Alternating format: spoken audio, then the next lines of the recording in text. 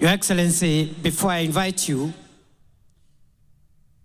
allow me just to say this in a minute, that this generation owes the generation that fought for the political freedom of Kenya, the debt of fighting for the economic freedom of our country. As you lead us, Your Excellency, I am satisfied that we are on a course of paying the historical debt of our forefathers who fought for the freedom of Kenyans to govern their own affairs and to rule themselves. We are paying that debt by ensuring we also provide economic freedom to Kenya and its people. Number two, Your Excellency, in that journey, I am equally persuaded that we as a country, and with you as our leader, we are also creating a more inclusive Kenya. From an economic standpoint, for a long time, the investments of national resources, especially in supporting the value chains from where the majority of our people derive their income, those resources have sometimes forgotten certain sectors.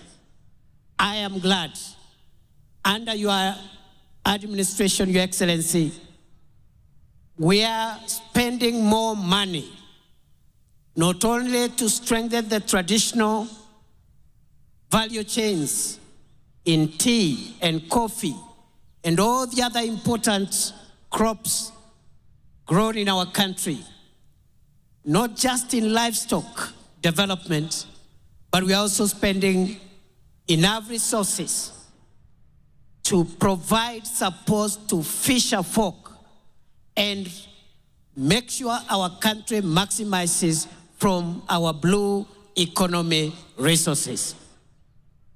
Finally, Your Excellency, as we live and travel this journey, it is also clear on us that between yourself and His Excellency Raila Odinga, you are speaking to our nation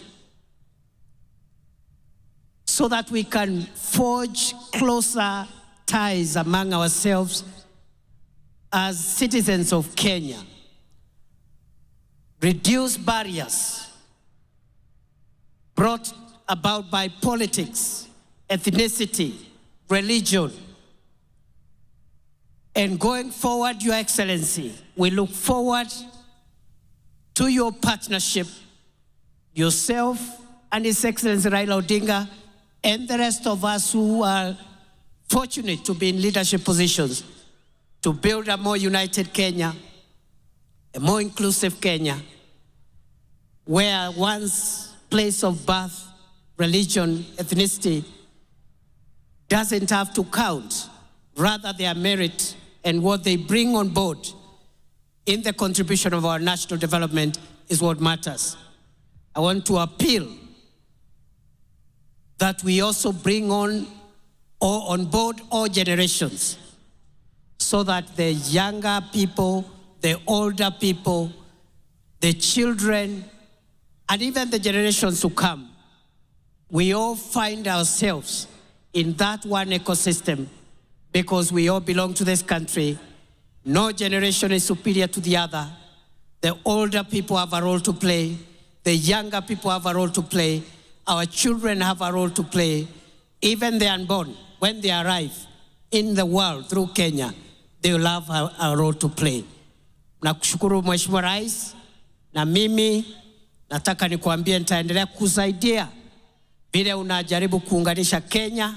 Nimshukuru mzee wetu Mheshimiwa Raila Odinga ambaye ni kiongozi amesukuma siasa ya Kenya kwa muda mrefu before some of us even arrived in the scene.